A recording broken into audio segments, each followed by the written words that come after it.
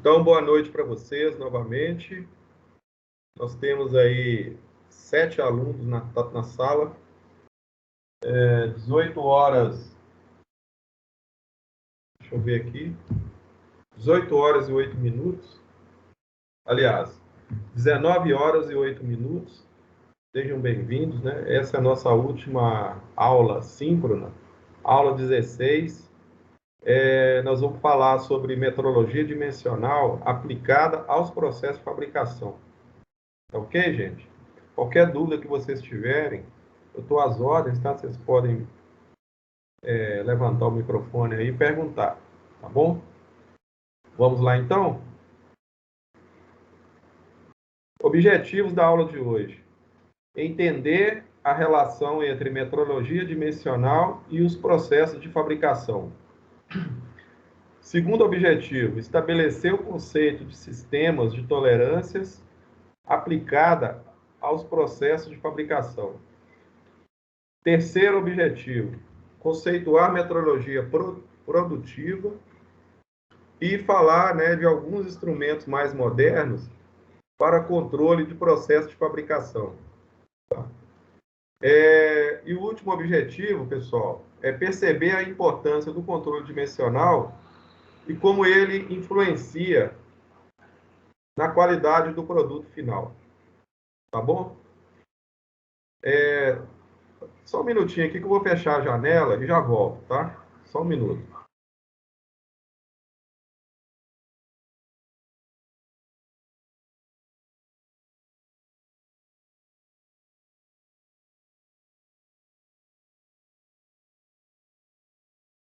Bom, pessoal, então, como eu havia dito para vocês, eu vou tentar fazer aqui um fechamento desse assunto, né, e, assim, à medida que eu for discutindo aqui, né, os conceitos, vocês podem manifestar. Possivelmente eu vou fazer algumas perguntas aí para alguns alunos. Então, vou pedir a vocês que tenham atenção, tá certo?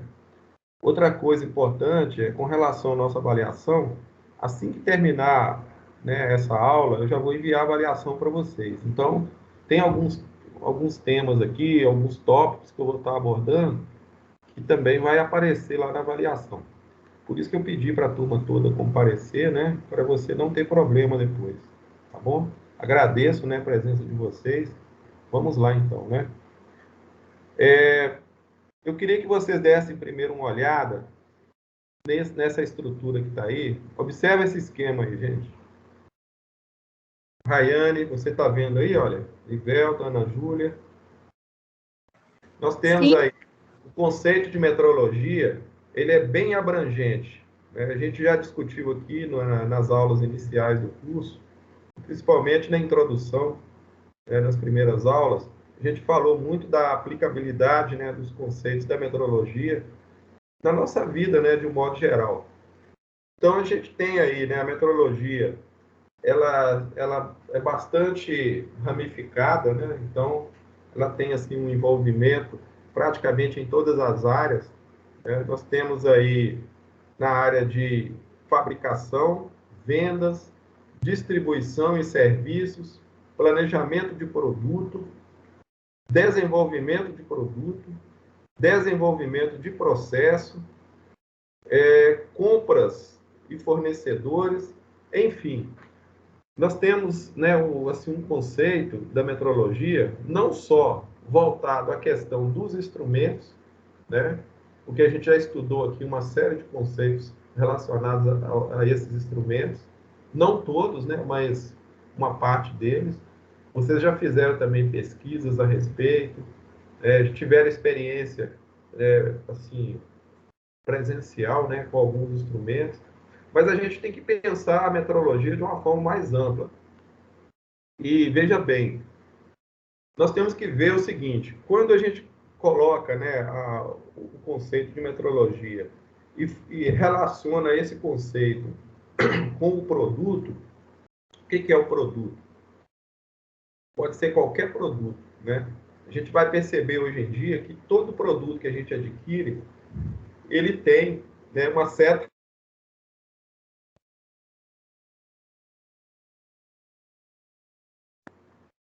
com os conceitos da metrologia. Tá certo? O que está dizendo para nós aí é o seguinte: antes de qualquer material surgir, seja uma peça, uma ferramenta ou até mesmo uma máquina, desde que seja uma máquina mais simples até uma máquina mais complexa, existe um projeto. Eu queria frisar bastante com vocês esse conceito de projeto, né? Embora a gente não esteja estudando, né, assim, esse tema de uma forma mais aprofundada, mas o projeto é algo que antecede a criação do produto. Então, por exemplo, na área de metalurgia, né, vamos pegar aqui um exemplo das empresas que nós conhecemos aqui na região. Um exemplo aqui é a Usiminas. A Usiminas, ela fabrica aço, não é isso? Sim ou não, pessoal? Qual que é o produto principal da Usiminas? Aço. E ela, com certeza, ela preza muito pela qualidade desse produto. Com certeza, né, desde a entrada da matéria-prima até a saída do produto final para ser entregue ao cliente, nós, nós podemos perceber que na cadeia produtiva, né, do aço, desse produto que ela fabrica, existe um projeto, tá certo? E com certeza esse projeto, né, ele é muito abrangente, né?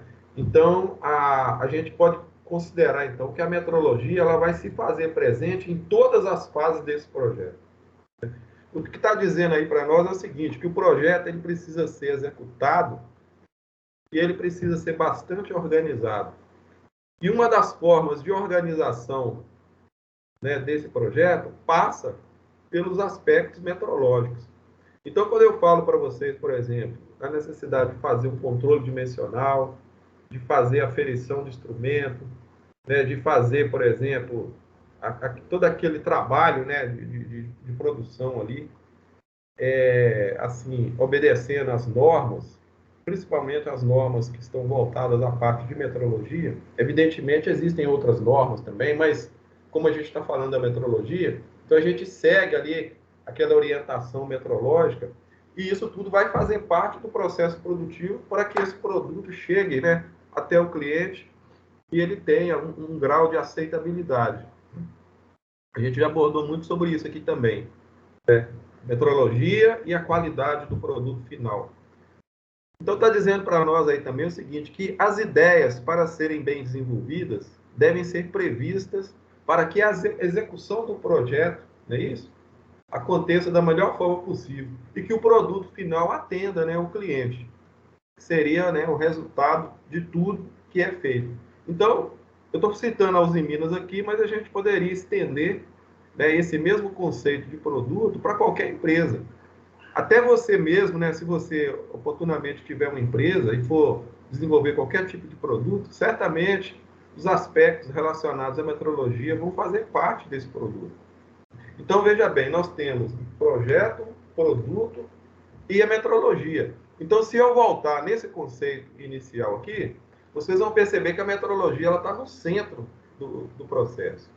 E em torno dela, né, nós temos aí, né, todas as outras questões, né? Então, as questões técnicas, que vai até as questões comerciais, né? Tem a ver com lucro, produtividade, tá certo? Tem a ver com meio ambiente, segurança. Então, todos os aspectos passam pela metrologia, né? O que eu estou querendo dizer para vocês, então? Essa contextualização que eu estou fazendo é para a gente começar a entender que tudo aquilo que a gente estudou no curso, tá, gente? Olha aí, nós falando lá do sistema de unidades, da normalização, das medidas, dos instrumentos, estudamos a respeito dos erros, né? Falamos bastante aqui sobre incerteza de medição, testes e ensaios. Eu acredito que vocês fizeram aí algumas disciplinas também relacionadas à área de metalurgia, que tem a ver com testes e ensaios, principalmente na parte de ensaios mecânicos, né? Os ensaios destrutivos, os ensaios não destrutivos. Todos esses procedimentos estão relacionados também à metrologia de uma certa forma, né? Outra questão relacionada, né, à parte estatística, né, o tratamento aí dos números e os resultados que a gente precisa considerar quando a gente fala de questões voltadas à metrologia, né? análise de certificados, nós falamos bastante aqui de documentação, relatório, etc. Enfim, é algo muito abrangente. E eu queria completar esse conceito da metrologia, digamos assim, ampliando um pouco mais essa ideia. E aí a gente começa a falar, né, quando a gente pensa em ampliar esse conceito, a gente chega num campo muito interessante da metrologia que a gente chama de metrologia produtiva. Olha bem, o que eu estou falando para vocês aqui, olha, metrologia produtiva tem a ver com produção. A verdade é o seguinte, você não desenvolve nenhuma técnica metrológica sem um objetivo. Quer dizer, o objetivo fim, eu já falei aqui, que são a obtenção do produto final. Mas o conceito de metrologia produtiva, ele faz com que eu comece a pensar, inclusive, de forma muito mais abrangente. Por quê? Porque a metrologia ela vai fazer uma coisa muito importante para nós aqui, que a gente chama de geração de valor. Quando eu falo valor, pessoal, não é só o valor financeiro. Tem valor em todos os aspectos que atingem a satisfação final do cliente. Você deve concordar comigo que quando você compra um produto, espera-se que não haja rejeição, né? A rejeição ela não pode acontecer nem por parte de quem compra, de quem adquire, como também por aquele que fabrica e por aqueles que passaram pelo processo de fabricação.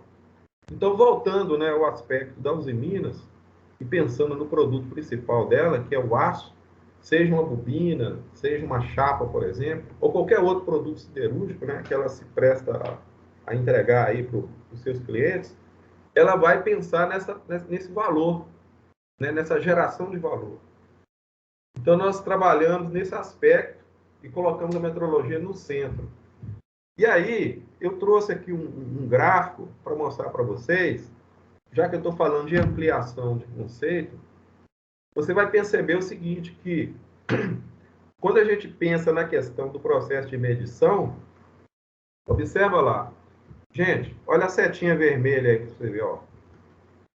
Quando você dispõe de um instrumento para efetuar uma medição, na realidade, esse procedimento de medir, ele é um ato, digamos assim, primário, né? Quer dizer, é algo que você faz ali, porque faz parte do processo do controle. Quer dizer, quando a gente estudou lá o controle dimensional, a gente falou de sistema de medição, de aplicação do uso do instrumento, nós estamos falando basicamente de medição. Quer dizer, medição é o quê? É o ato de medir. Mas nós temos que entender o seguinte, que quando a gente mede, gera um resultado. E esse resultado, que a gente chama de resultado de medição, para nós, ele é uma informação importantíssima, né? E que vai o quê? Proporcionar o que a gente chama de conhecimento. Então, a metrologia, ela funciona como se fosse uma cadeia, né? Uma cadeia. Então, começa com a medição, informação, conhecimento, para atingir o que a gente chama de sabedoria. A sabedoria é algo final, quer dizer, conhecimento, ele nos ajuda a conhecer o fenômeno, conhecer o processo e ter mais assim, um grau de conhecimento acerca daquele produto que eu estou tentando desenvolver ali e que eu vou oferecer para o meu cliente. Então, esse gráfico que está aí, ele vai mostrar para a gente justamente o seguinte, que eu não vou medir por medir. O processo de medição, ele é o quê? Ele está atrelado à informação, conhecimento e essa sabedoria que eu tanto almejo. E aí você vai entender o seguinte, que no aspecto da metrologia produtiva, eu tenho que levar em conta todas essas questões aí. Mesmo porque, né, eu só vou obter, né, assim, um domínio sobre o processo, um domínio sobre a fabricação do meu produto, na medida que eu obtenho um certo grau de conhecimento, né? Então, a sabedoria que eu tenho. Por que a Usiminas é uma empresa respeitada no mundo inteiro pelo produto que ela fabrica? É porque ela tem um domínio, ela tem um know-how, ela tem o conhecimento daquilo que ela faz. Então, a gente precisa pensar a metrologia nesse aspecto, né? Até mesmo no sentido da gente conseguir, através dela, desenvolver esse know-how. Então, é fator de geração de valor, né? Proporciona a capacidade das empresas de estarem vivas no mercado, tá certo? Então, a vida da empresa depende disso. A empresa ela tem capacidade de competir, tá certo? De disputar mercado e se perpetuar enquanto empresa, né? Então a gente pensa nesse aspecto, né? Porque isso tudo faz parte de uma cadeia, como eu disse, tá? Então nós vamos pensar a metrologia dessa forma. Eu gostaria que vocês levassem, né, esse conceito, né? Não ficasse pensando a metrologia simplesmente num paquímetro, num micrômetro, numa régua. Isso é muito pequeno, né? Muito limitado. A metrologia ela tem uma abrangência muito maior, né? Nós vimos lá atrás, por exemplo, que ela tem a ver com as leis, com a legislação específica, tem a ver, por exemplo, com a parte, né? Quando eu falo de leis, é a parte legal, tem a ver com ciência, com desenvolvimento científico, tem a ver com tecnologias de ponta, tá certo? E hoje em dia a gente fala muito a respeito também da metrologia 4.0. Nós estamos aí na era da virtualização dos processos. Então, se você começar a ler sobre isso, você vai perceber que grande parte dos equipamentos que estão disponíveis aí e outros que vão surgir já vão ser equipamentos muito mais inteligentes do que hoje. Então, a capacidade nossa hoje, né, de análise é muito maior, né? Então, hoje mesmo eu estava lendo uma reportagem a respeito de um satélite, né, natural que foi enviado para fazer pesquisa espacial, né? Ele tem uma alta capacidade de fornecer dados para a NASA. Então você vai vendo, por exemplo, né, que aquele um que foi enviado anteriormente, que é o Hubble, né, ele foi substituído por esse, que é o James Webb, né? E ele já chegou, né, no ponto lá, nesse momento, por exemplo, se você fizer a pesquisa, aí você vai ver que ele já está no momento de começar a fornecer dados do universo, tá certo? Agora, você imagina, por exemplo, se isso não tem a ver com a metrologia? Evidentemente que sim, né? Então, a tecnologia ela está presente aí. No campo das empresas, por exemplo, mesma coisa, né? Então, levem esse conceito com vocês, né? E isso vai nos ajudar muito a falar um pouco mais do que veio a seguir nessa aula de hoje, tá? Então, veja bem, pessoal, eu queria que a Rayane lesse para mim aí, para a gente continuar falando a respeito dessa metrologia produtiva, né, que é o nosso foco aqui, porque tem a ver com o processo de fabricação, tem a ver com a qualidade, tem a ver com o desempenho da empresa, tem a ver com o mercado, com a geração de valor. Lê para mim aí, Rayane, esse próximo slide aí, por favor. Ok. A busca pela melhoria contínua dos processos. Apesar dos investimentos em pesquisa e de alto nível de desenvolvimento tecnológico, ainda não é possível produzir peças, produtos com dimensões perfeitamente exatas. Como fica essa questão para a indústria? Você pode responder. Como fica essa questão para a indústria? Entendeu a pergunta? Responde para mim.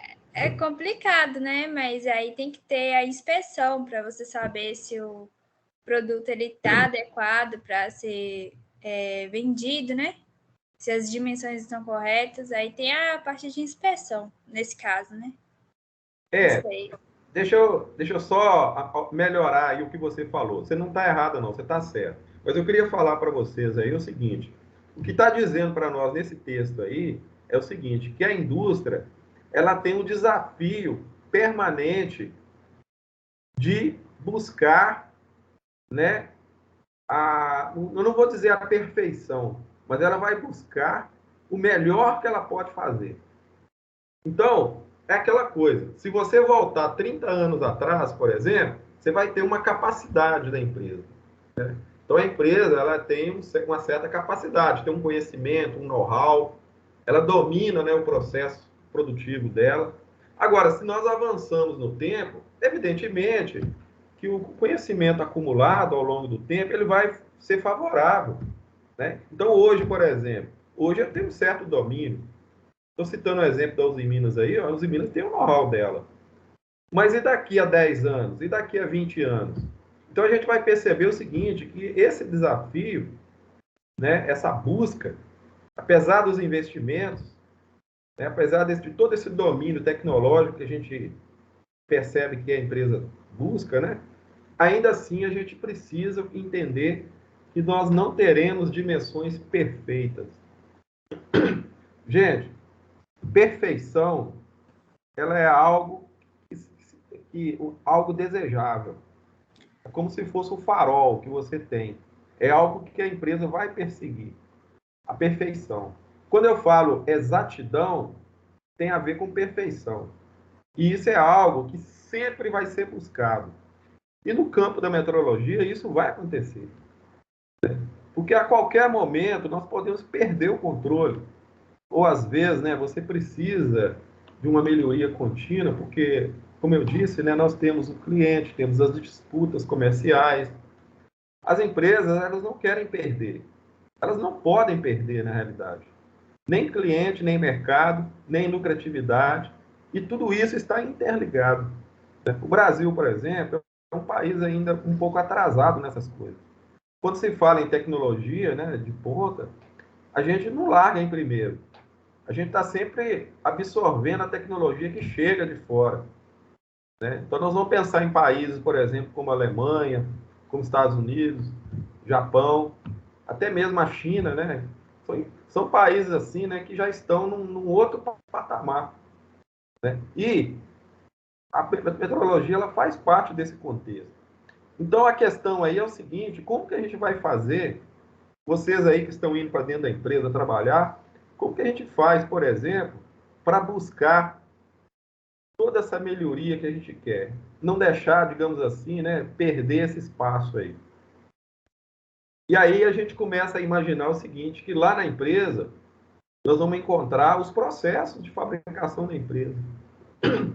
Eu vou, nesse momento, falando de processo de fabricação, eu vou concentrar um pouco mais nos processos voltados à área de metal mecânica, que é a nossa praia, né, vamos dizer assim. Então aí eu coloquei alguns processos aí, olha só, usinagem, soldagem, fundição, a metalurgia do pó, não é isso? E a conformação mecânica. Eu acredito que vocês já devem ter ouvido falar dessa classificação aí nas outras disciplinas, né, dos outros professores. Estou certo ou estou errado? Quem foi o professor que trabalhou usinagem com vocês, soldagem, fundição, essa parte de metalurgia aí, olha? Alguém pode me dizer, por favor? A Poliana e o Almir, se eu não me Isso. engano, e o Fred. Pois é. Então, vamos pensar então nesses processos de um modo geral, vocês vão perceber o seguinte, que cada processo ele tem uma natureza específica. Quando eu falo de usinagem, né, tem que ter uns aspectos técnicos que envolvem a usinagem, né? O processo de usinagem ele é um processo de fabricação muito utilizado. Soldagem, fundição, essa parte de metalurgia do pó, né, que você produz, né, peças, por exemplo, utilizando material granulado, aí você vai sinterizar, por exemplo, fazer tipo a compactação, muito usado hoje em dia também. Nós temos ainda outros processos de fabricação por via conformação mecânica, forjamento, estrefilação, estampagem, extrusão, laminação. Vocês estudaram tudo isso no curso. Aí eu queria que vocês começassem a pensar o seguinte, aonde que a metrologia entra? Qual que é a interface? Tem como tirar a metrologia fora e desagregar ela de todos esses processos? Vocês vão perceber que não. Porque a gente vai falar sempre de situações, né, e abordar questões relacionadas aos processos de medição, aos produtos, né, aos maquinários, né, às ferramentas, à mão de obra. Tá certo, gente? Olha só, todo processo de fabricação ele vai ter uma entrada e uma saída. O que nós estamos falando aqui? Nós estamos falando de transformação. Então, se você fabrica, por exemplo, uma bobina de aço, então você começa lá na lavra, né, na extração do minério, E você vai perceber muito bem que ali começa todos os processos, né, referente, né, à fabricação dessa bobina, até chegar o quê? Ao consumidor final. Você pode ver que o processo metrológico ele vai permear todas essas fases. Tá certo? Então, as tarefas aí, né, tudo está envolvido e está relacionado com a metrologia. Agora eu queria ilustrar um pouco mais esse conceito de... Porque eu estou falando aqui de processo de fabricação e falando de questões ligadas à metrologia, e eu falei no início a respeito de projeto. Então, o nosso produto, ele vai existir de alguma forma, mas ele passa por desenvolvimento desse projeto. Olha a pergunta que eu estou fazendo para vocês nesse momento. O que deve ser considerado nesse projeto? O projeto é esse. Aí eu quero fabricar esse eixo que está aí, olha. Eu vou ter matéria-prima, não vou, gente? Olha, eu quero fabricar essa bucha. Tanto a bucha quanto esse eixo vai passar por todas as fases do processo. Eu vou ter que definir, por exemplo, como que eu vou usinar esse eixo, como que eu vou usinar essa bucha. A usinagem é um processo de fabricação muito aplicado. Aí eu pergunto para vocês, como que a metrologia entra nisso? Como é que é a aplicação dela? Eu não vou simplesmente medir por medir, né? Obviamente, o domínio, né, de medição, a capacidade de medição, as normas, ela vai existir ali. Mas eu preciso pensar em diversos aspectos que envolvem essas duas peças. Que peças são essas? São essas aí, olha, o eixo, o material está aí, olha, aço. Vou usar um aço, a norma SAE, né? 1045, que é a família dele, né? É laminado. Esse L é laminado. E a minha bucha é uma bucha de bronze. Vou usar um bronze 65, fosforoso, com a especificação do projeto, para a fabricação dessas duas peças aí. E qual que é o objetivo dessas duas peças? Então, nós temos aí um mancal, que é esse conjunto que está aí, e essa bucha vai ser, né, ela vai ser acoplada aí nesse mancal. É um mancal que vai ser desmontado, né, ele é bipartido, e essa bucha vai ser montada nesse mancal, e depois o eixo, ele vai por dentro aí. Então, isso aí é um mancal deslizante. Quer dizer, obviamente vai existir lubrificação entre bucha e eixo. Eu não vou entrar muito em detalhes na questão da montagem, não, mas eu queria que você entendesse aí que essas duas peças vão trabalhar de forma solidária, uma às outras, né? Então, esse conjuntinho aí, ele vai ser montado. Agora, veja bem, eu preciso fabricar esse eixo, eu preciso fabricar essa bucha. E quais são os aspectos relacionados ao processo de fabricação e onde que a metrologia entra e qual a aplicação dela nesse contexto? E é isso, gente, que nós precisamos entender. Vocês foram lá no laboratório e aprenderam a usar o paquímetro. Mas não é só medir. Ah, tudo bem, eu medi ali, dei uma medida X ali, eu anotei lá o resultado e tal, analisei, fiz lá um cálculozinho de incerteza, calculei o resultado de medição, mas e aí? Isso tudo que você faz, ele está inserido dentro de um contexto muito maior. Vocês estão me entendendo, gente, o que eu estou falando? Eu estou criando uma situação aqui de discussão para mostrar um alcance da metrologia dentro dos processos de fabricação. Olha o que está escrito aí. Precisamos de um sistema que garanta o quê? Produtividade e qualidade. Ou vice-versa, né? Você precisa produzir, mas precisa ter qualidade. Se você não tem qualidade, então não justifica produzir. Uma coisa leva a outra. E qualidade é o quê? Em todos os aspectos da qualidade. Olha que interessante. A adoção de sistemas de tolerância na manufatura. Manufatura é um conceito ligado ao processo de fabricação. Quer dizer, eu estou manufaturando. Né? Eu vou pegar, por exemplo, um tarugo de aço e vou fazer o quê? Manufaturar. Eu vou fabricar esse eixo aí. Então, eu vou ter que cortar material, né? Vou ter que levar o tarugo, né, do aço lá na máquina, tem que usar ferramenta, tem que preparar a ferramenta. Vocês estudaram, né, usinagem, você sabe, né, o que é uma velocidade de corte, você sabe o que é um avanço, o que é um passo, por exemplo, da ferramenta. Eu tenho que saber as características do material, né? Maleabilidade, dureza, resistência mecânica. Então, uma série de aspectos técnicos referente ao material que também vai fazer parte do processo, né? Então, a metrologia ela entra permeando todo esse trabalho, né, de fabricação, né, que eu estou chamando aí de manufatura. Então, gente, é muito importante nós percebermos, né, que a metrologia vai nos ajudar, inclusive, na questão dessa qualidade final, desse eixo e dessa bucha que eu quero fazer. Está escrito assim para nós, olha, a adoção de sistema de tolerância, né? Eu estou respondendo à pergunta anterior, na realidade. Como que a metrologia atua? Já que eu não tenho condição de ter peças exatas, perfeitamente exatas, então eu vou ter que criar uma condição dentro da metrologia para mim fazer um controle dimensional. E aí que entra o sistema de tolerância. Para quê? Para me ajudar a eliminar perda, para otimização, para redução de custo. Então, esse sistema de tolerância é que eu estou querendo conversar com vocês sobre ele.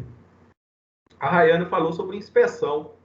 Inspeção, Rayane, é um procedimento que você faz no dia a dia. Mas quem vai fazer a inspeção, ele tem que ter em mente os parâmetros que ele vai usar para fazer essa inspeção.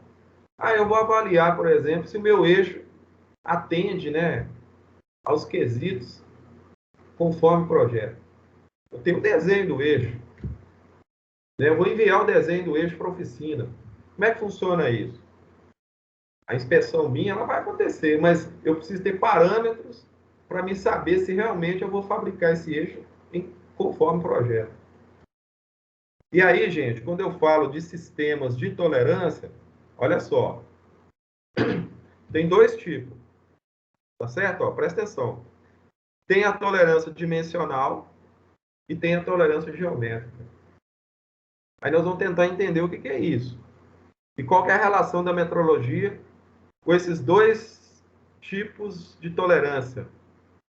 Que é o campo da tolerância dimensional, existe um sistema de tolerância que desenvolve, né, que trabalha nesse aspecto da parte dimensional, mas também eu tenho que pensar a questão geométrica desse produto que eu estou querendo fabricar. Que no caso meu aqui, eu estou dando um exemplo de um eixo de uma bucha. O meu eixo vai ter dimensão, mas eu tenho que preocupar com a geometria dele. Então, essas normas que estão abaixo aí, olha, a NBR, né, a BNT, NBR 64009, tem a 6405, elas vão tratar exatamente dessas questões relacionadas a esse sistema de tolerância, seja dimensional, seja geométrico. Então, nós vamos pensar um pouco sobre isso a partir de agora, tá bom? Olha lá. Um exemplo que eu estou dando aí. Gente, vocês estão vendo aí o desenho? Sim ou não? Dá um ok para mim, por favor. É o desenho de um eixo. Estou dando um exemplo de um eixo aí. Tá dando para ver. Olha lá o que está acontecendo, ó. Quando eu falo tolerância, a palavra tolerância tem a ver com aceitação. Então, eu vou fabricar um eixo, digamos que o projeto coloca para mim que esse eixo tem que ter um diâmetro de 58,84 milímetros. Se eu enviar esse projeto para a oficina, para fabricar esse eixo com essa dimensão aí, a chance do meu torneiro mecânico acertar essa dimensão é muito remota. Quer dizer, é difícil demais para ele fabricar para exatamente colocar o eixo nessa medida que está aí, de 58,84. Então, veja bem, todas as situações que envolvem o processo de fabricação desse eixo vai gerar uma série de variáveis que vai interferir no resultado dimensional desse eixo. E aí, pessoal, o que eu tenho que fazer? Eu tenho que criar uma faixa, que a gente chama de faixa de aceitação, que é justamente a minha tolerância. Então, por exemplo, eu vou colocar a dimensão máxima 59,10 ou 0,1, né, como queira, e a dimensão mínima 59,8. Então, ao contrário aí, né? A máxima 59,8 e a mínima 59,1. O que é isso aí? Eu vou ter que falar para ele assim, olha, você vai ter que fabricar o eixo dentro dessa dimensão que está aí. Você pode ver que o 58 está abaixo, não está? Mas é uma referência que eu vou dar para ele poder fabricar, né? Eu poderia até alterar essa dimensão aí, né? Colocar uma dimensão, por exemplo, acima de 58,84 e outra abaixo. E colocar a dimensão dele no meio ali, certinho, ou mais ou menos na parte intermediária ali. Então, na prática, o que é? Essa tolerância dimensional é uma variação permitida para que ele possa realmente ter uma certa variação ali na hora de fabricar o eixo. Gente, isso é muito importante para nós aqui, quando a gente fala de processo de usinagem, né? E aí, o que acontece? De acordo com a norma, olha lá o que a NBR 6158 coloca para nós. Eles criaram lá o que a gente chama de qualidade de trabalho. O que é a qualidade de trabalho? Tem a ver com os campos de tolerância que eu preciso definir para poder enquadrar essa peça que eu estou querendo fabricar, para que ela fique o quê? Dentro de um padrão normalizado.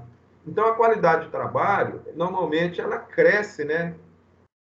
Ela cresce. São 18 qualidades de trabalho que eu tenho. E esses quadrinhos que tem aí, olha, começa lá no IT 01 e vai até no IT 16. Se você contar direitinho, vai dar 18.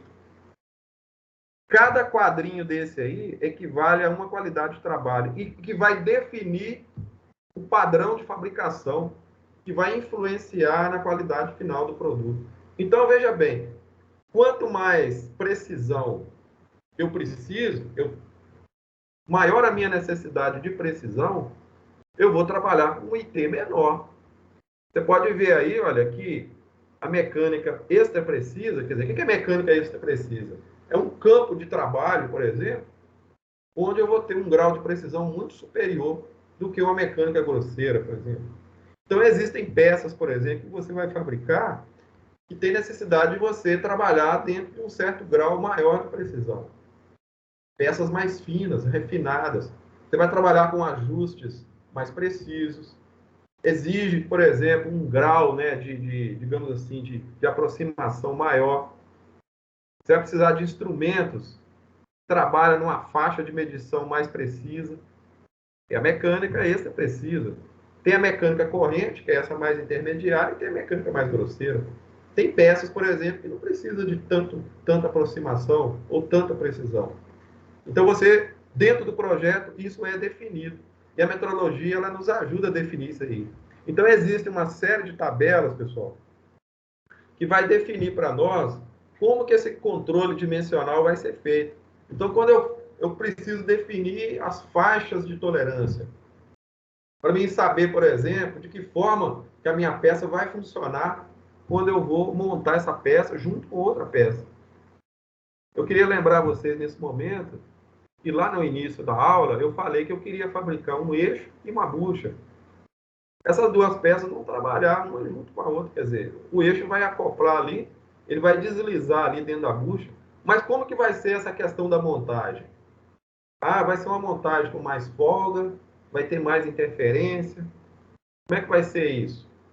Então, esse padrão de montagem, ele precisa existir. Então, a tolerância dimensional, ela vai me ajudar a organizar essas dimensões e para que eu tenha, no momento de fabricar esse eixo, condições de fabricar esse eixo justamente para atender às necessidades do projeto. Então, a norma, ela é muito clara, né? Ela organiza isso tudo para nós. Então, existem uma série de tabelas, ok? Então, eles definem lá o que a gente chama de afastamentos. Então, tem uma série de tabelas, conforme eu havia dito, e você vai definir isso tanto para as peças consideradas peças que são eixos, como peças que são furo. Nesse exemplo que eu dei para vocês, o eixo que eu estou querendo fabricar é uma peça que a gente chama de peça macho, né? Que é o eixo, né? Que vai por dentro. E a bucha é peça fêmea, quer dizer, considera furo. Então, dentro da questão da montagem, sempre vai ser assim. É furo e eixo. Eu dei um exemplo de bucha com eixo para ficar fácil de entender. Mas existem outros tipos de peças e outros componentes, principalmente elementos de máquinas, os componentes aí que são usados para montagem de dispositivo mecânico, por exemplo, que trabalham dentro dessa lógica dessas normas, né, de ajuste de tolerância. Então, se você pesquisar, por exemplo, a respeito dos afastamentos fundamentais, você vai ver que existem uma série de combinações que já foram previamente estudadas pelos técnicos e especialistas. Isso tudo foi padronizado e normalizado para que você possa usar isso na oficina. Então, na hora que você vai fazer, por exemplo, o projeto de um eixo, você não pode simplesmente pensar na medida nominal dele. Ah, meu eixo vai ter 58,64 milímetros. Essa é a medida nominal. Mas eu preciso estabelecer o quê? Os afastamentos, para mais e para menos, para me criar um campo de tolerância, para aí sim eu conseguir fabricar meu eixo ali dentro desse padrão aí. Então, eu não vou assim aprofundar muito nessa questão, porque o meu foco principal aqui é mostrar para vocês que os aspectos da metrologia, que tem a ver com medição, com inspeção, com controle dimensional, tudo isso tem a ver com esse sistema de tolerância que eu estou dizendo para vocês aqui. Olha para vocês verem como que é interessante. Ó, só um exemplo. Essas duas tabelas aí, olha, tem uma linha azul dividida ao meio aí, ó, nós temos duas tabelas. Uma tabela vale para eixo e outra para furo. O que normalmente a gente faz? A gente vai nessa tabela e consulta o valor que tem na tabela de acordo com a dimensão nominal do eixo. Então, por exemplo, se o meu eixo tem uma medida lá, nominal, que varia de 30 a 40 milímetros, então eu vou escolher um desses jogos de ajuste que está aí. Eu posso muito bem fazer uma combinação. Não sei se vocês observaram, por exemplo, ó, a letra H, por exemplo, H7, H maiúsculo e 7 vale para furo. H minúsculo com 7 vale para eixo. Toda vez que você vê uma letra maiúscula, é furo. E toda vez que você vê uma letra minúscula, é eixo. Agora veja nessa primeira tabela que está logo acima aí. Se eu considero o eixo como eixo padrão, você pode ver que o eixo aí, olha, ele é H7. Aliás, desculpa, ele é G6, que o eixo é minúsculo, né? Aqui, ó. Então, o eixo é G6. Então, a tabela vai fornecer para mim dois valores. Um valor 9 negativo e 25 negativo. Esses dois valores aí, gente, são justamente os afastamentos máximo e mínimo para o eixo. Agora, essa combinação que está aí, olha, de G6, ela vai combinar com H7 maiúsculo. E lá no furo, por exemplo, na primeira tabela, os afastamentos do furo é 0 e mais 25. Então, quando você vai fazer o projeto do eixo, você vai definir, por exemplo, qual é o jogo de ajuste que você vai colocar no projeto. Então, eu vou combinar, por exemplo, nesse caso aí, H7 com G6. É uma montagem que eu estou fazendo. E o que esse H7 G6 vai proporcionar na hora que eu fabricar o eixo? Ele vai me dar o quê? Uma qualidade de trabalho, de montagem dessas duas peças quando elas estiverem prontas. No caso aí, né, uma vai ser o eixo e a outra vai ser a bucha. Na tabela de baixo é a mesma coisa. Vocês podem perceber que na tabela de cima, o eixo é a referência minha aí, ó.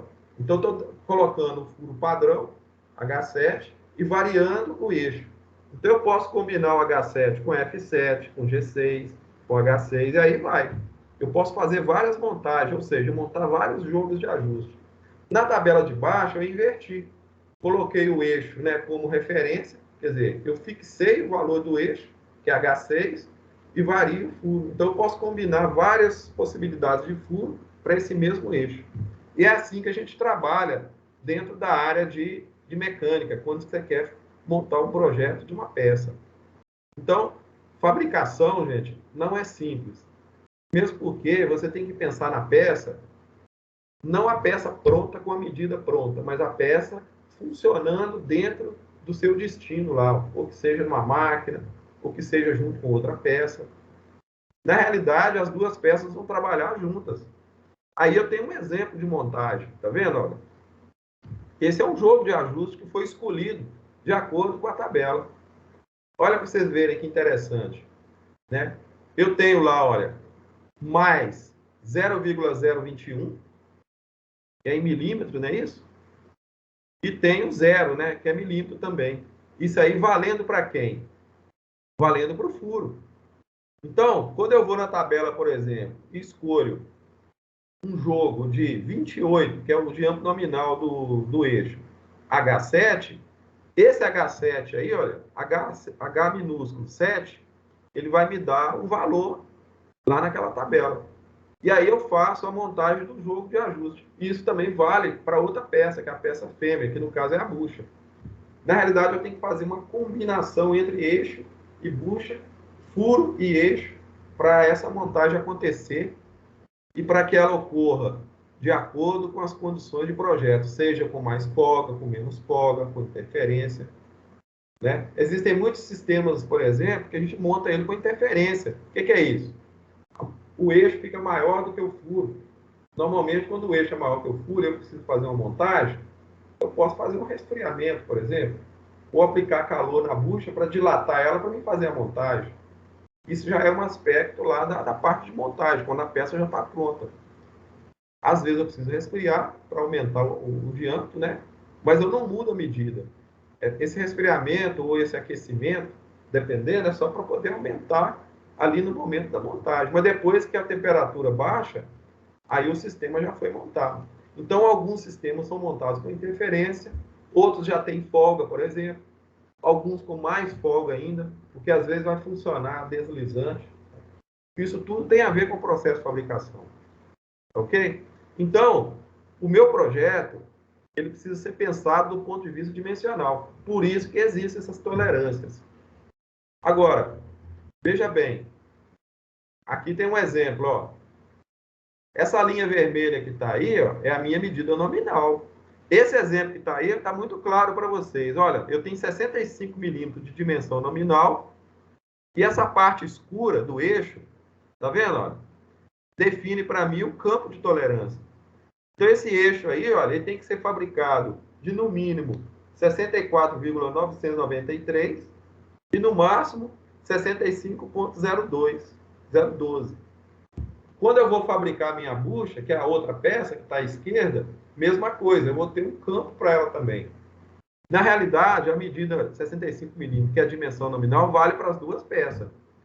E cada peça tem o seu campo de tolerância.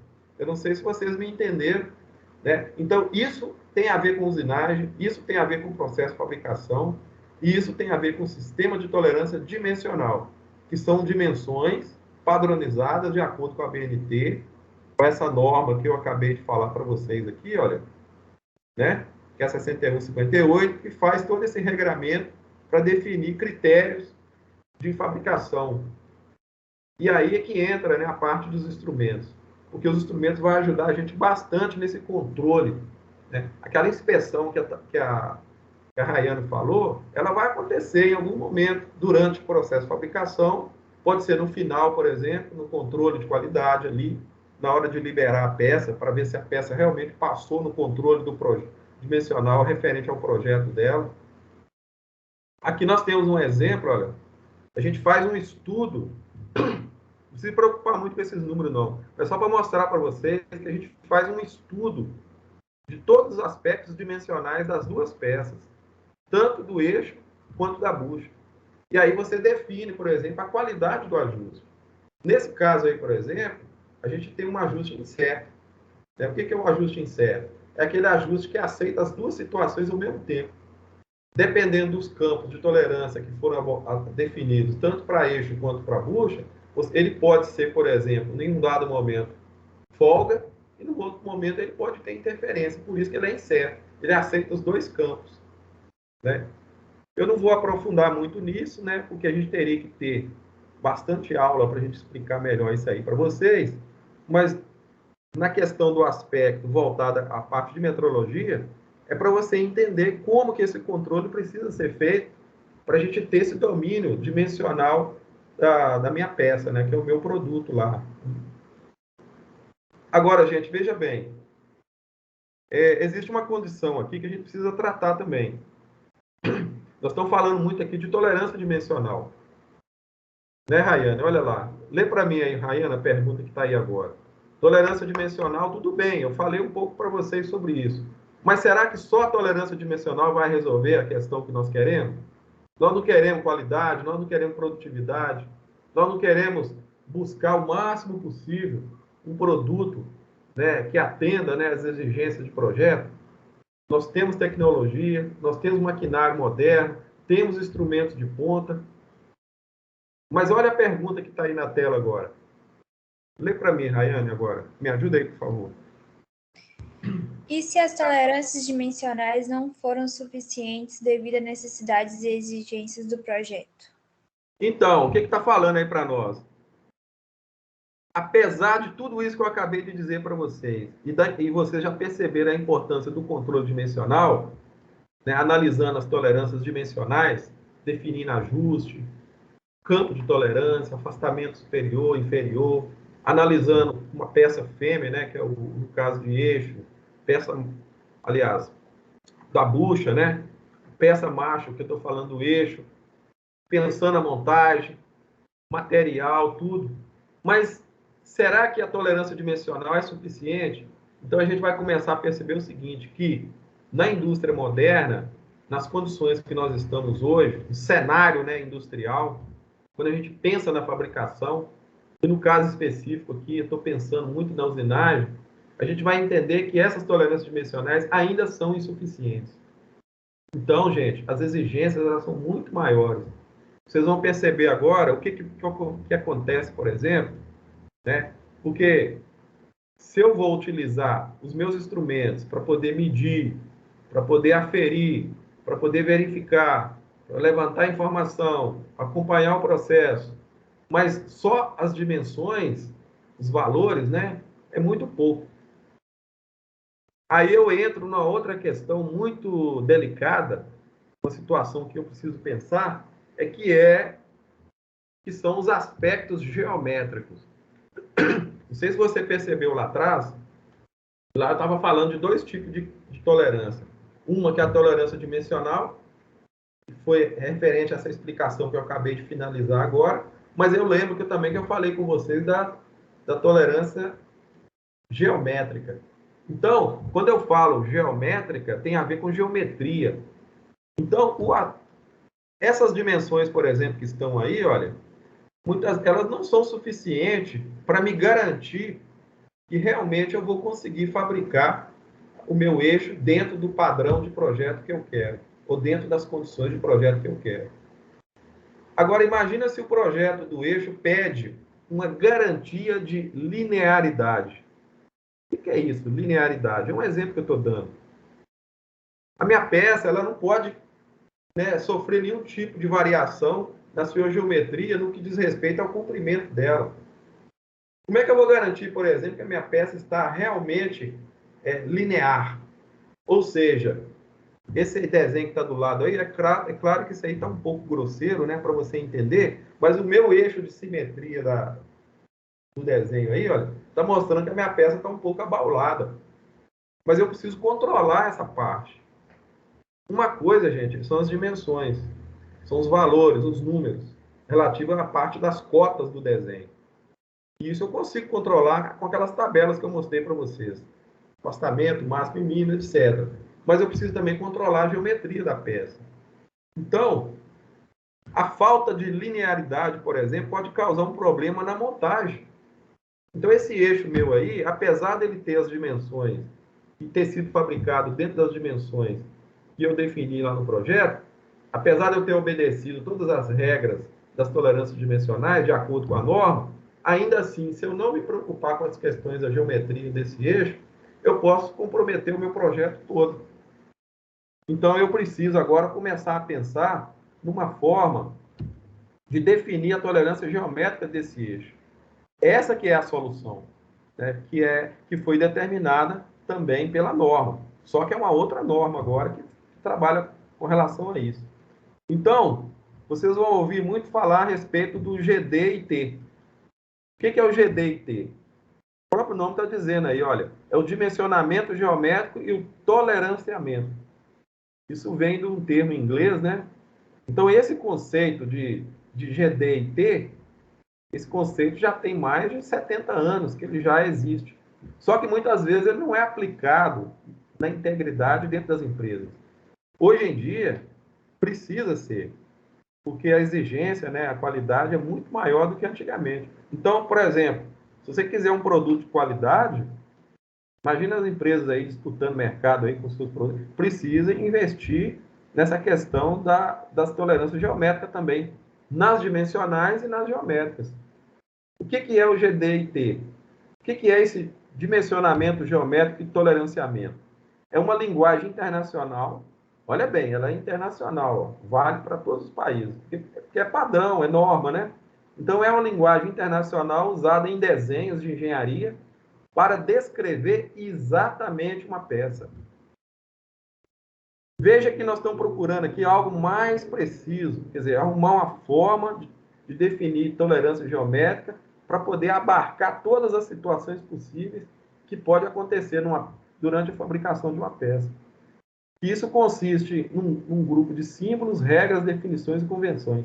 Então, existe também, como eu disse, uma norma, um regramento, algumas definições, para fazer com que esse dimensionamento geométrico e toleranciamento aconteça da melhor forma possível. Como é que funciona isso? Então, nós vamos perceber o seguinte, presta atenção, pessoal. As tolerâncias geométricas podem ser associadas a desvios. Então, quando eu falo de desvio, não é só o desvio dimensional, não, que eu estudei lá atrás, não. Que é aquela variação possível. Existem também desvios geométricos. Pode ser desvios de retilineidade, de circularidade, de cilindricidade, de planeza. Isso que eu acabei de dizer agora tem a ver com a forma, com o perfil, com a orientação, com a localização e com o movimento. De quê? Da peça. Ó, o meu eixo ele vai funcionar dentro da bucha. Eu tenho que montar ele ali direitinho, tem que ter um alinhamento, né? Se o meu eixo, por exemplo, tiver qualquer tipo de abaulamento, mesmo que ele tenha a medida dele ali certinha, mas se tiver um desvio, por exemplo, geométrico, ele vai ter problema de funcionamento. Então, eu preciso pensar a minha peça em todos os aspectos funcionais. Eu tenho que pensar na montagem. Eu fabrico a minha peça, inclusive eu tenho que saber a outra peça que vai trabalhar com ele, mesmo eu não conhecendo essa peça. São os padrões que a gente chama de intercambiabilidade. Supõe-se que todas as peças, né, vão funcionar de forma harmônica, para que você não tenha desgaste prematuro, para que você não tenha quebra, para você não tenha, por exemplo, vida útil comprometida.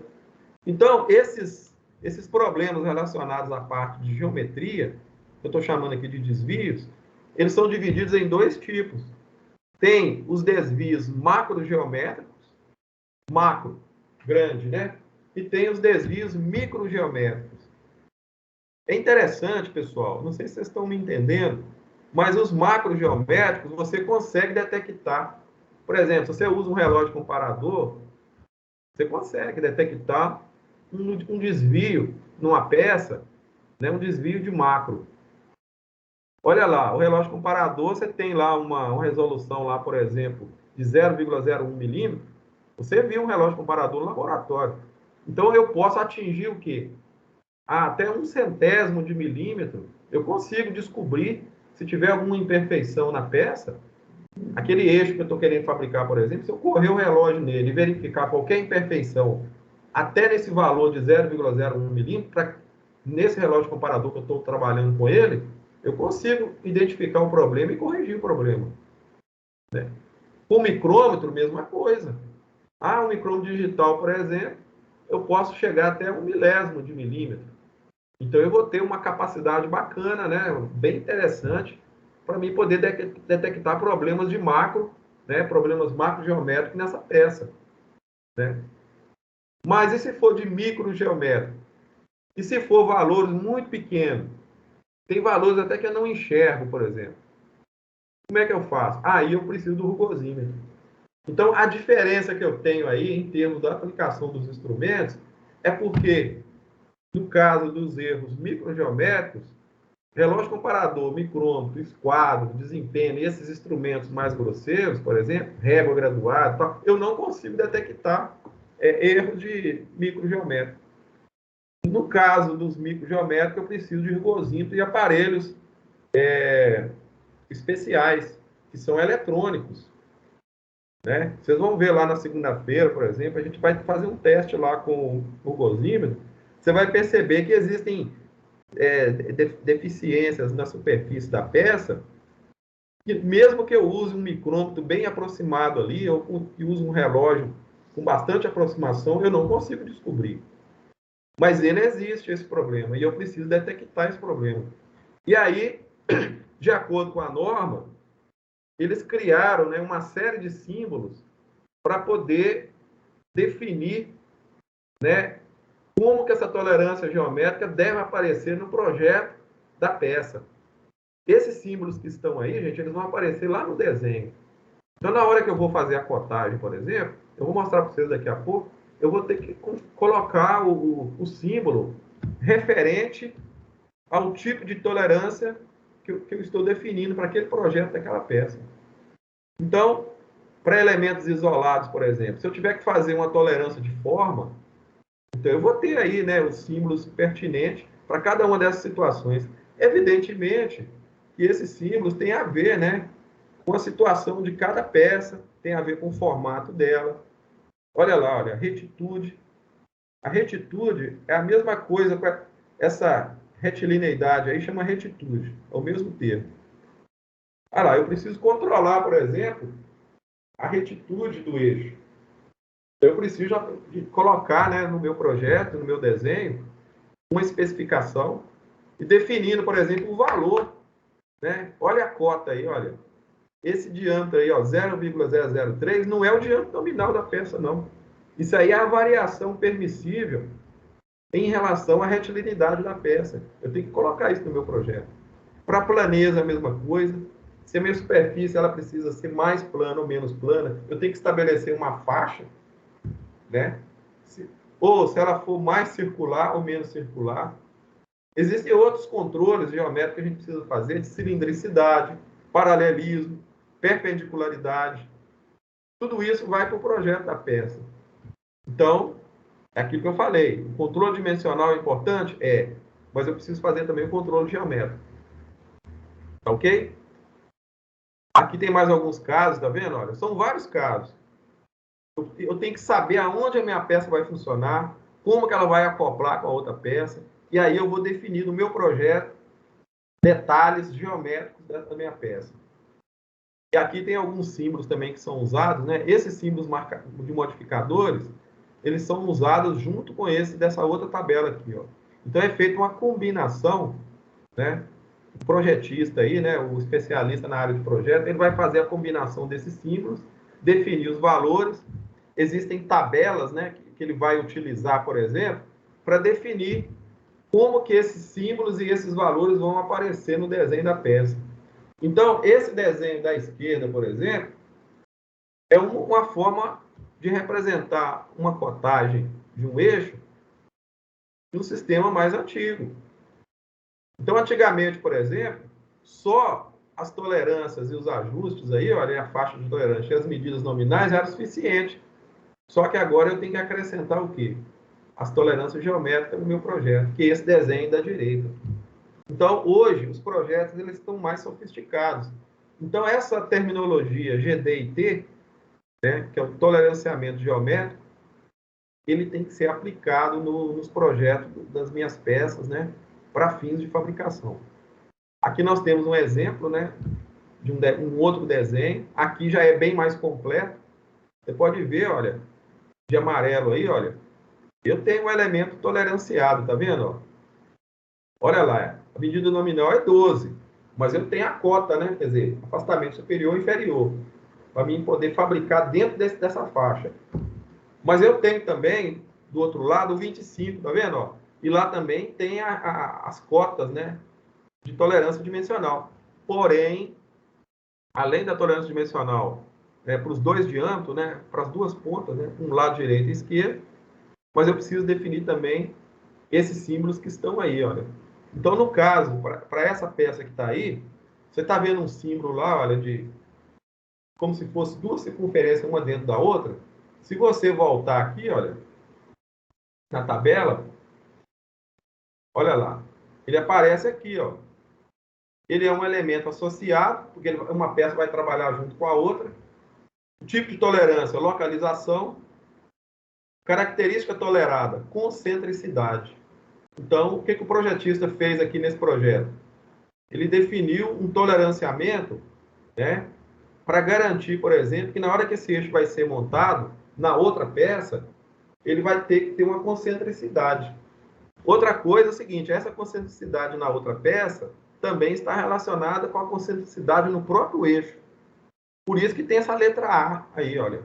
Você pode ver que a letra A aparece duas vezes, ou seja, na hora que o torneiro for usinar essa peça aí, ele tem que levar em conta, né, a concentricidade aí, né, entre essa ponta de eixo da direita com a esquerda. Então, essa linha de simetria aí, olha, que passa nas duas seções do eixo, tem que ter essa variação aí de no máximo 0,04 milímetros. Porque se tiver qualquer desvio em relação ao centro de uma parte em relação à outra, esse eixo está reprovado. Então, o controle dimensional ele passa por aí a partir desses valores de projeto aí. Aqui nós temos um outro exemplo. Agora são duas peças. Também, né, a gente precisa pensar nessa questão aí da montagem. Você vai fazer o projeto, vai definir, tem que especificar os ajustes, a parte dimensional, né? Olhando lá as tabelas de ajuste de tolerância, mas também a parte de tolerância geométrica. Tá certo? Ó? Aqui também um exemplo, né? Uma outra peça, olhando agora de frente, né? De repente é essa mesma peça aqui, ó. Um exemplo que você pode considerar, né? Eixo e bucha. E aqui você tem uma montagem também, ó. Você tem uma bucha montada num tipo um mancal, né? Olha como que é feita a especificação das tolerâncias. Então, você tem a tolerância dimensional e tem a tolerância geométrica no mesmo desenho para fazer essa garantia, né, nos aspectos tanto dimensional quanto geométrico. Pessoal, veja bem, eu estou falando muito aqui de desvios e erros macrogeométricos. Então, até esse slide anterior aqui, olha, esses valores que estão aí, eu consigo, né, que são faixas de valores menores, mas ainda são um macro geométrico. Agora, o que acontece é o seguinte, quando eu vou para o lado dos erros e os desvios microgeométricos, aí complica mais ainda. Por quê? Porque muitas vezes os desvios microgeométricos eu não consigo enxergar. São valores muito pequenos. Então, quando eu falo para vocês de desvios microgeométricos, eu estou falando, na realidade, de acabamento superficial. Você já deve ter estudado isso em alguma disciplina aí, né? Então, quando você olha para a peça, por exemplo, o perfil geométrico de um eixo, você olha para a superfície dele, passa a mão assim, olha, ele está bem lisinho, quer dizer, não tem problema nenhum. Você olha para ele e fala, está espelhado, foi dado um acabamento espelhado aqui. Mas se você for observar do ponto de vista microscópico, se você fizer uma avaliação microscópica da superfície desse eixo, você vai perceber que o perfil real dele possui algumas imperfeições. Então, olha bem, agora entra numa outra situação que eu também preciso analisar. Então, eu vou perceber o seguinte, que aquelas mesmas ferramentas que foram usadas lá atrás para fabricar meu eixo, porque lá no torno eu não vou ter que usinar, eu vou ter que passar as ferramentas de acabamento. Primeiro eu vou ter que fazer o desbaste, né? Eu vou ter que fazer o sangramento, vai depender das operações de usinagem ali para fabricar o eixo. Mas lá no final do processo, eu vou ter que dar acabamento no eixo. Alguns eixos, por exemplo, vai ter um acabamento bem interessante, assim, para dar um polimento ali e ficar com a superfície bem refinada, não é isso? Mas mesmo esse refinamento todo, e usando essas ferramentas especiais para fazer o espelhamento da superfície do eixo, mas vai deixar algumas marcas sobre a superfície. Então, erros microgeométricos, eles existem no material. E eu não consigo eliminar eles por completo. Então, no processo de fabricação, dependendo do processo, No caso meu aqui, eu estou falando muito de usinagem, mas outros processos também, eles deixam, digamos assim, as marcas, né? Então, a ferramenta, ela atinge o material. Mas você pode ver que tem outras ferramentas também que fazem parte do processo e que elas também influenciam e deixam, né, as suas marcas ali. E eu preciso controlar isso também. Então, agora bem, além dos erros macrogeométricos, eu também tenho os erros microgeométricos que eu preciso considerar. Olha para vocês verem esse desenho aí, olha. Q1, Q2, Q3, Q4, Q5. Você pode ver que no Q5 eu tenho uma textura muito mais refinada. O material ele está muito mais fino, né? A superfície dele. E no Q1, mais grosseiro. O que faz isso acontecer na usinagem? Máquina desregulada, vibração na máquina, ferramenta desgastada, às vezes uma má regulagem da velocidade de corte, às vezes você está usinando material muito duro, dá uma trepidação. Então, aquele eixo lá que eu estou querendo fabricar, os parâmetros de fabricação, né, que tem a ver com os parâmetros de corte, por exemplo, a escolha do material, temperatura, lubrificação no momento da usinagem, né? Tem que ter um fluido lubrificante ali para garantir que a temperatura de corte ali tem que ser adequada. Tudo isso, gente, influencia no resultado final e na aparência da superfície desse eixo. Tá certo? Então, a parte de usinagem, ela é muito, para ela ser muito precisa, isso tudo é muito controlado. Na usinagem, por exemplo, com CNC, com máquinas especiais programadas, né? Que você tem o software, tem a parte de programação, né?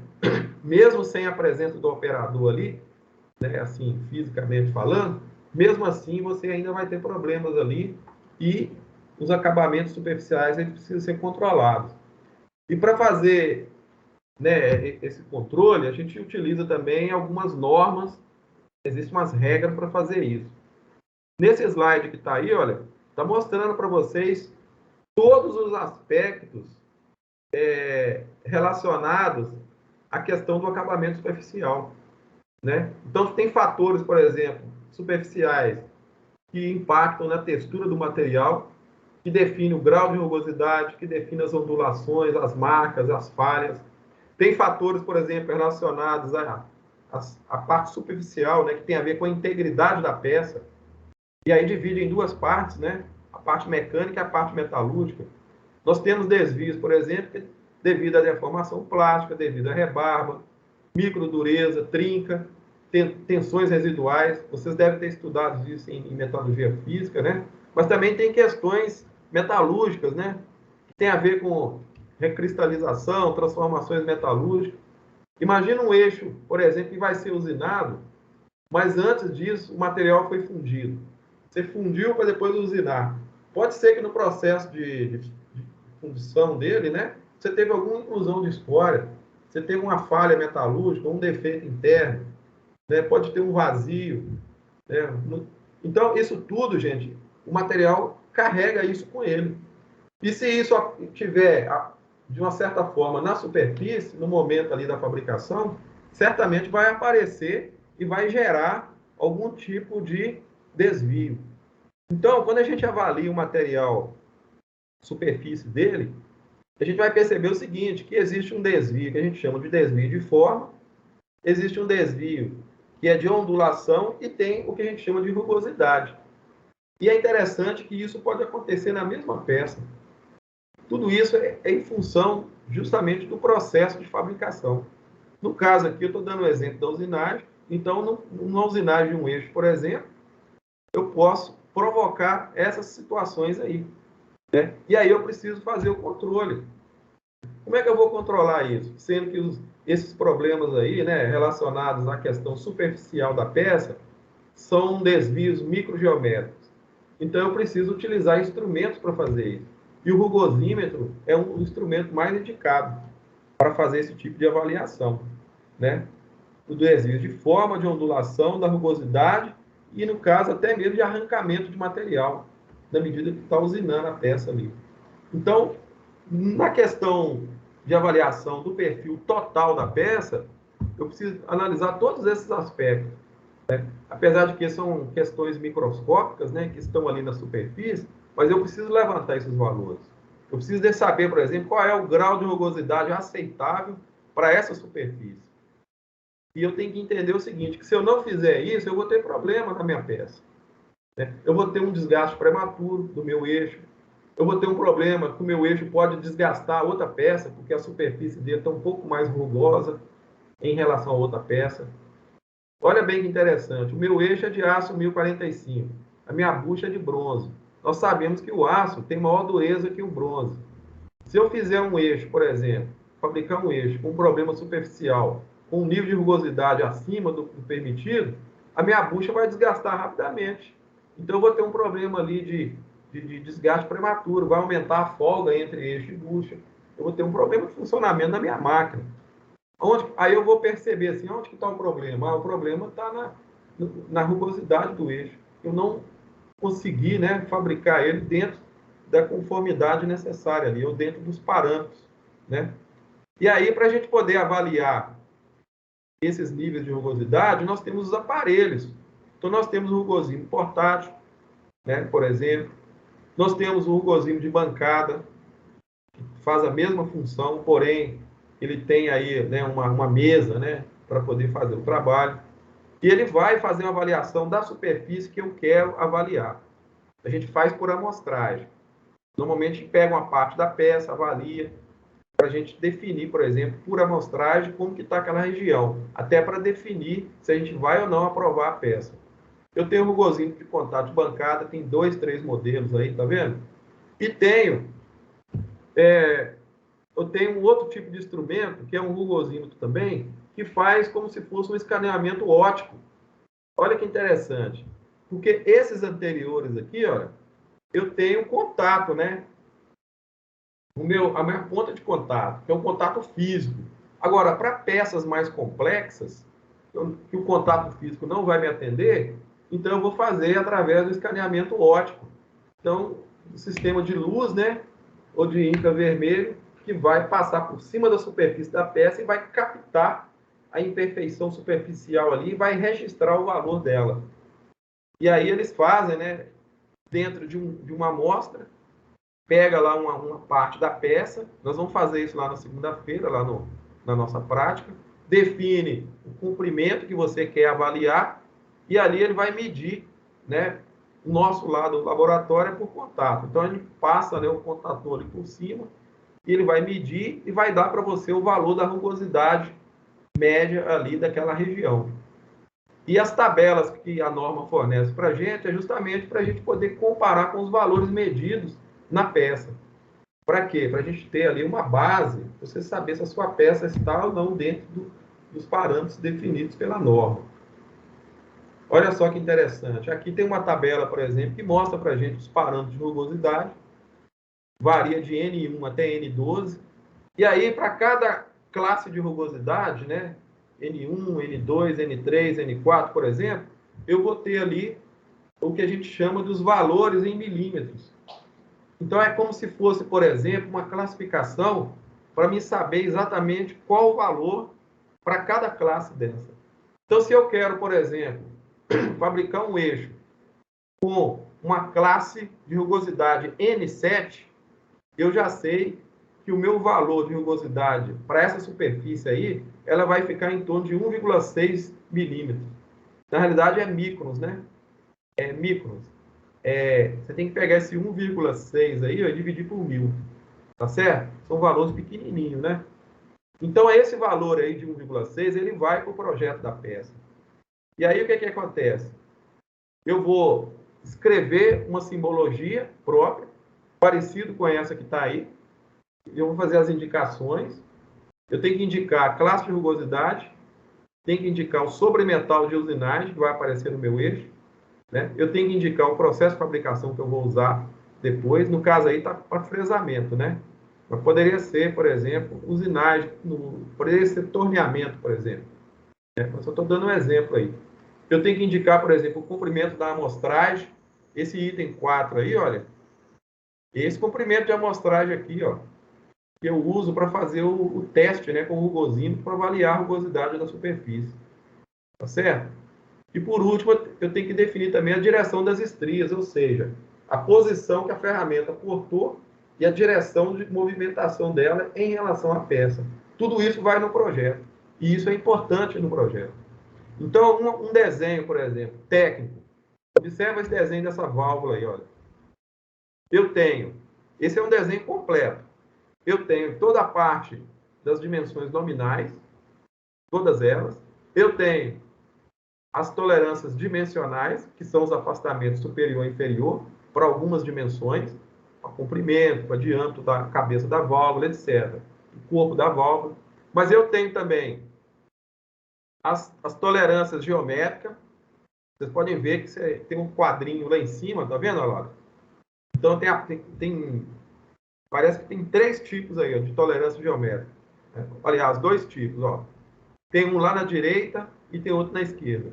E tem também circulado de vermelho aí os sinais, né, semelhante a esses que eu acabei de mostrar aqui, que representa o acabamento superficial para essa região aí. Então, ele está aplicando, né, um acabamento, por exemplo, né, uma rugosidade média aí, ó, que é o RA. Esse RA é a rugosidade média. Então, a rugosidade média de 0,6 para a cabeça da válvula, para o corpo da válvula e para a haste, que é a parte esquerda aí. Então, gente, veja bem, é muito importante vocês entenderem que a metrologia, ela está muito além do que simplesmente medir. Então, todo esse tipo de controle que é feito, isso aí está ligado ao processo de fabricação. E olha que eu estou tratando aqui só da parte de usinagem, estou tomando como exemplo só a usinagem. Mas imagina os outros processos que nós temos. Estampagem, forjamento, né? Tem uma série de outros processos, né, de conformação mecânica, e cada um tem a sua natureza específica, tem as suas ferramentas, o maquinário que é usado para trabalhar as peças a partir desses processos. Mas eu citei aqui o exemplo da usinagem porque fica mais visível para vocês, para entender, inclusive, a nível de projeto, como que essas peças precisam ser fabricadas. Então, o controle dimensional para nós aqui é tudo.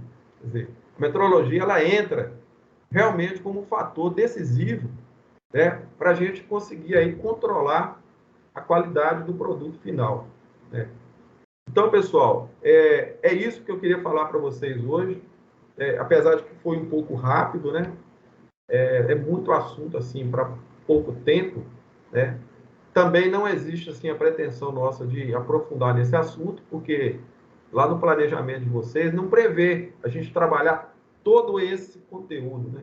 Isso aí são vários capítulos para a gente aprofundar nessa parte de tolerância dimensional, tolerância geométrica e tratamento de superfície, né? Para falar de acabamento superficial.